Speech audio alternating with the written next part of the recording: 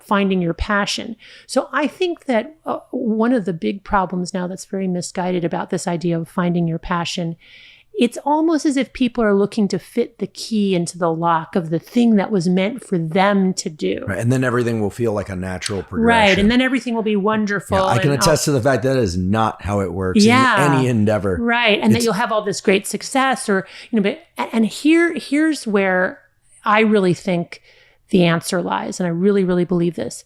Stop looking for your passion and instead look around right where you are. Stop distracting yourself. Look around right where you are and see what needs to be done. So not what do I want to do, but what is the work that needs to be done? And more importantly, it doesn't have to be some grandiose work. Like, does the garbage need to be taken out, right? Is there some garbage on your neighbor's lawn that someone threw there that you could actually bend over and pick up and put into the garbage can? Look around you. There is so much work that needs to be done that nobody wants to do that is really, really important. And if we all did that, I really think the world would be a much better place. And this is what people who have severe addiction who get into recovery realize. They're like, it's not about me and my will and what I'm going to will in my life or in the world. It's about looking around what needs to be done. What is the work that I am called to do in this moment? Which also is incredibly freeing because I don't have to search for the perfect thing. There's a lot of burden now on young people that they have to find that perfect thing. And until they've found that perfect thing, they're going to be miserable. You don't have to do that. Look at the life you were given. Look at the people around you. Look at the jobs that present themselves to you and do that job simply and honorably one day at a time. With a kind of humility. I think this is really what's so striking to me about the wisdom of people in recovery. There's this incredible humility that comes out of that experience. You feel so broken, so ashamed, but you pick yourself up one day at a time and you build a life that's around what can I do right in this moment that might benefit another person and thereby benefit me. Yeah, it's a really important point. And if you're willing, I'd like to actually stay on this issue of passion because I think the dopamine systems, if I understand them correctly, the dopamine systems merge with this work that you're referring to, this immediacy of things calling to us, like taking out the trash, which sounds frankly really boring. To be honest, I hate taking out the trash, but I do it because I like a clean home and I like a home that smells good. Yeah. Or at least doesn't smell bad. So we do these things, and not that we want to offer some larger carrot as a consequence of doing those things. But if I understand correctly, what you're saying is in the act of looking at one's immediate environment, acting on that immediate environment, we cultivate a relationship to these circuits in our brain about action and reward that, at least to my mind, span the range of small things being rewarding and then lead us to bigger things being rewarding. It's not like all we're going to do is take out trash and tend to house. We eventually will venture out and we eventually will find careers and work on those. But if I understand correctly, you're talking about getting into a sort of functional or adaptive action step. And it's the action step that these days we tend to overlook because most of our mindset is in things that are truly outside of our immediate reality. Do I have that correct? Yeah, that was beautifully said. And I would just add to that, I see a lot of young people who, for example, spend most of their waking hours playing video games. And they come to me and they say, I'm anxious and depressed. I'm majoring in computer science. I hate it. I thought I would like it. You know, if I could only find that thing that I was really meant to do, my life would be better. And my first intervention for the many, many people like that I see in clinical care is, you have it backwards. I don't say it quite like that. Mm-hmm.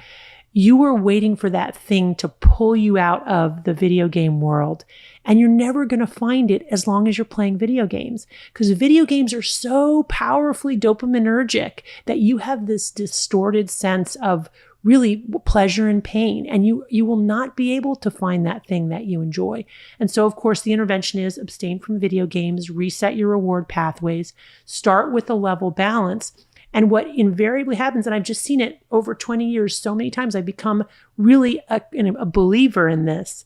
All of a sudden, it's like, oh, wow, my computer science class is interesting this quarter.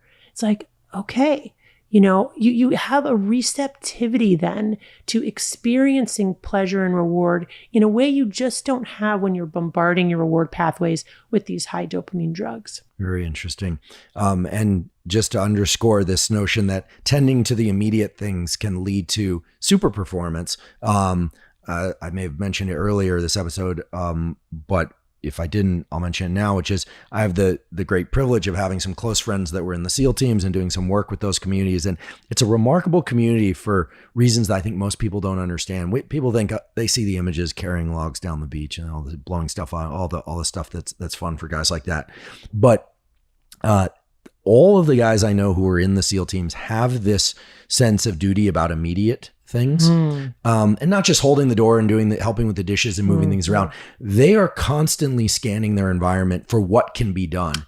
They essentially conquer every environment they're in. They are also some of the most competitive human beings, but they do it in the world, and they do it unless they're in the act of warfighting, which is their real job.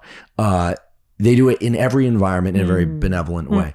And it's a remarkable thing because I think it's what is part of what they're selected for.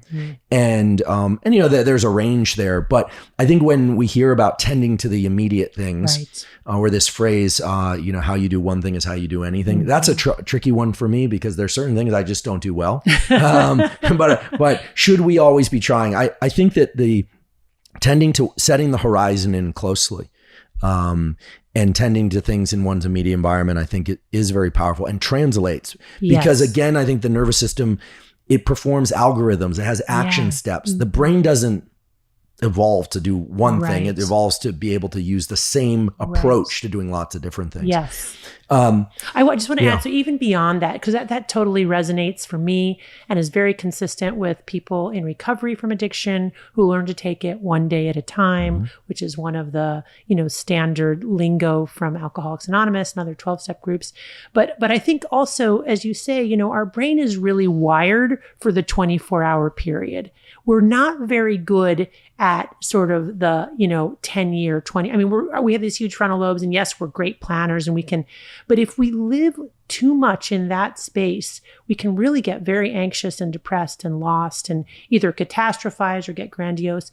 But if you can chunk it down to a day, what people in recovery talk about is how if I can just do today right, then I will get a chain of days that seem insignificant in their individual units. But after 6 months or a year or 2 years of those good days, I've got 2 very good years, right? And I look back and it's like, oh, wow, well, I guess I did all that.